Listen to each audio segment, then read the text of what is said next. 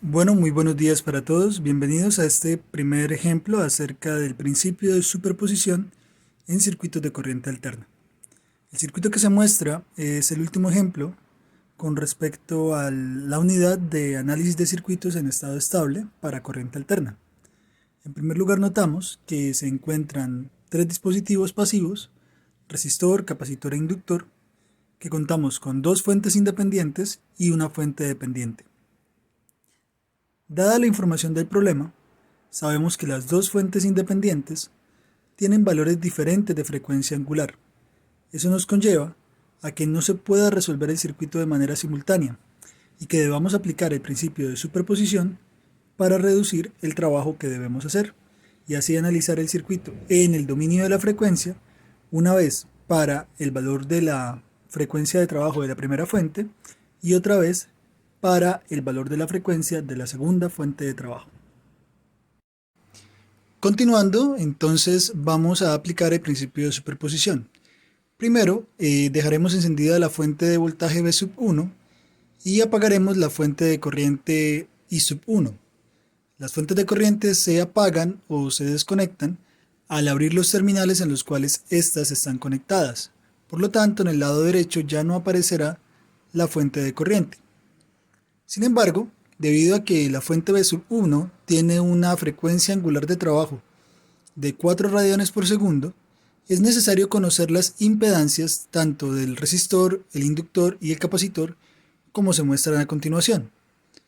En principio, la impedancia del resistor no deberá cambiar, 20 ohm, mientras que la impedancia del inductor, que es dependiente de la frecuencia de trabajo, va a ser igual a J omega L, es decir, J por 4 radianes por segundo por 3 henrios, que nos da 12 J ohmios. Mientras que la impedancia del capacitor es 1 sobre J omega C, 1 sobre J por la capacitancia, que son 25 milifaradios, y por la frecuencia de trabajo, que son 4 radianes por segundo, lo cual nos da una impedancia de menos 10 J. Con esto se construirá el diagrama de impedancias para hacer el análisis del circuito en el dominio de la frecuencia.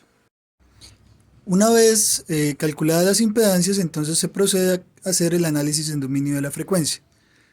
Como se puede observar, se han cambiado los dispositivos por sus respectivas representaciones de impedancias y se ha eliminado la fuente de corriente como se mencionó anteriormente.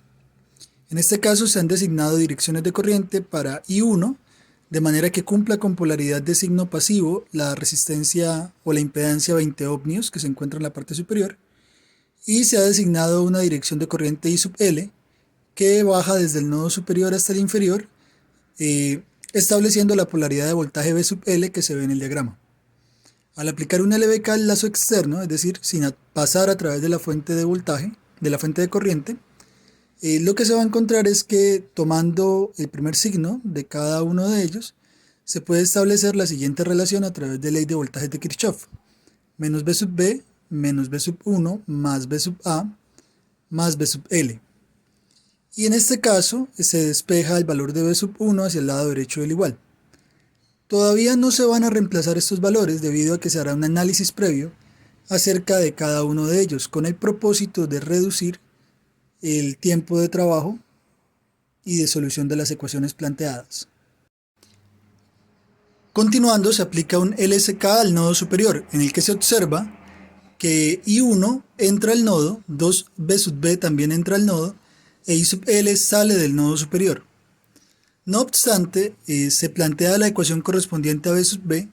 V sub B es el voltaje que cae en el capacitor de menos 10J, pero debido a su polaridad lleva dirección de corriente contraria, es decir, debería haber una corriente I sub C de izquierda a derecha que entre por el positivo de V sub B. Sin embargo, como estamos planteando la ecuación con base en I sub 1, pues esta dirección de corriente I sub 1 es contraria a la polaridad de V sub B.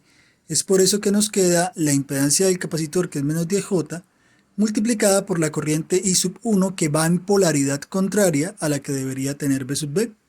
Por lo tanto, el voltaje V sub B nos va a quedar 10J I1. Ahora bien, al hacer este reemplazo nos queda que la ecuación del LSK es igual a I sub 1 multiplicado, I sub 1 sumado con 2 multiplicado por 10J I1 e igual a IL. De esta manera se obtiene una relación entre I sub L e I sub 1, utilizando la ecuación del LSK. Y esto se planteó con el propósito de que al reemplazar en la ecuación del LBK, toda la ecuación de LBK quede en términos de I sub 1 y sea fácil el cálculo de B sub A. Por lo tanto, se reemplaza la ecuación número 2 en la ecuación número 1, que es la de LBK, y quedará entonces el valor de B sub B negativo, que es menos 10J1, más el valor de B sub A, que es 20 por I1, más el valor de B sub L, que es 12J, la impedancia del inductor, multiplicada por I sub L, e igual a B sub 1, que era 10 fasor de 0. Posteriormente, se reemplaza el valor de I sub L, que es 1 más 20J, como se muestra en la penúltima línea, y se agrupan los términos menos 10J más 20 y 12J por 1 más 20J igual a 10 fasor de 0. Esto da como resultado menos 220 más 2J, y al pasar a dividir nos da la respuesta rectangular menos 550 sobre 12.101 menos 5 sobre 2101 J amperios. Una vez calculado I sub 1, se procede a calcular el valor de B sub A como 20 veces I sub 1. Ahora bien, al reemplazar el valor de I sub 1 y el valor de la resistencia de 20 ohmios, se obtiene el fasor B sub A igual a 0,909, ángulo de menos 179,48 grados amperios. Este sería el resultado en el dominio de la frecuencia. No obstante, la pregunta es el valor de B sub A en el dominio del tiempo. Y este sería el valor de B sub A en el dominio del tiempo, 0,909 coseno de 4t menos 179,48 grados amperios. Este sería el aporte de la primera fuente. Sin embargo, hace falta calcular el aporte de la segunda fuente y aplicando el principio de superposición y linealidad, sumar ambos voltajes para obtener el valor de B sub A cuando ambas fuentes están activadas. En esta segunda parte vamos a calcular el aporte de la fuente de corriente I sub 1 en el circuito.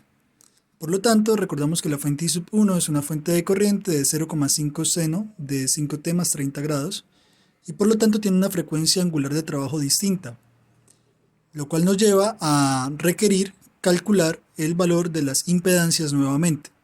Con una frecuencia de 5 radianes por segundo tendremos que la impedancia ZR es de 20 ohmios, la impedancia ZL se vuelve 15J y la impedancia ZC se vuelve menos 8J ohmios. Esto nos lleva a que el circuito ha cambiado nuevamente y debemos analizarlo desde cero. Al traspasar el circuito eléctrico del dominio del tiempo al dominio de la frecuencia, se nos muestra como ve a continuación. En este caso, lo que se ha realizado es asignar unas corrientes I sub X e I sub Y en dirección desde el nodo superior hasta el nodo inferior. ¿Por qué motivo? Por el motivo de que la fuente de corriente 2B sub B depende del voltaje del capacitor menos 8J. Por lo tanto, se tomó la dirección de corriente I sub X en la polaridad de signo pasivo para este capacitor. Igualmente se hizo para I sub Y debido a que se asume que la fuente de corriente I sub 1 y la fuente dependiente de corriente 2B sub B entregan corriente al nodo superior y debería distribuirse entre las impedancias de carga. Luego se agrupa la impedancia de 20J con la impedancia de menos 8J que se encuentran en serie. Sin embargo, no se debe olvidar que B sub A y B sub B, aunque estén en el mismo lazo, no tienen el mismo valor y que la corriente que definirá al voltaje B sub A tendrá signo contrario a I sub X. Esto debido a la convención de signo pasivo.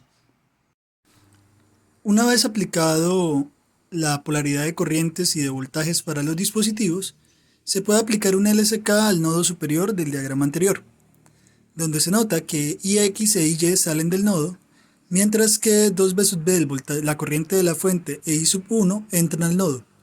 En este caso no se ha convertido la fuente de corriente que es senoidal a función coseno porque es la única fuente que hay en el circuito, así que no es necesario. Ahora se define que el voltaje entre el par de nodos se llama V o B, y para hallar I sub X pues simplemente es por ley de Ohm voltaje entre impedancia, es decir, V dividido entre 20 menos 8J para el valor de I sub X, V dividido entre 15J para el valor de I sub Y, Y luego se establece con base en el diagrama anterior que b sub b es igual a menos 8j multiplicado por ix, ley de Ohm. Se agrupa 1 sobre 20 menos 8j con 1 más 15j en el lado izquierdo de la ecuación, que corresponde a 5 sobre 116 menos 43 sobre 870j. Se reemplaza el valor de b sub b y luego se pasa al lado izquierdo del igual. Luego de esto se hace una agrupación final y se puede calcular el valor de v al dividir la suma de todos los valores de v que están en el lado izquierdo del igual y pasando a dividir al valor de 0,5 fasor de 30 grados. En este caso, debido a que el resultado no da rectangular, sino que da parte decimal, en ambos casos pues se prefiere utilizar la magnitud y fase. Una vez calculado el valor de v, se puede calcular el valor de I sub x, debido a que I sub x por ley de Ohm va a ser igual al voltaje v dividido entre 20 menos 8j. Al hacer el cálculo se obtiene que I sub x es 0,03407 fasor de menos 58,18 grados amperios. Luego de esto se procede a calcular b sub a, recordando que b sub a es igual a 20 multiplicado por el negativo de la corriente I sub x debido a que no va en la misma polaridad de signo pasivo que le corresponde.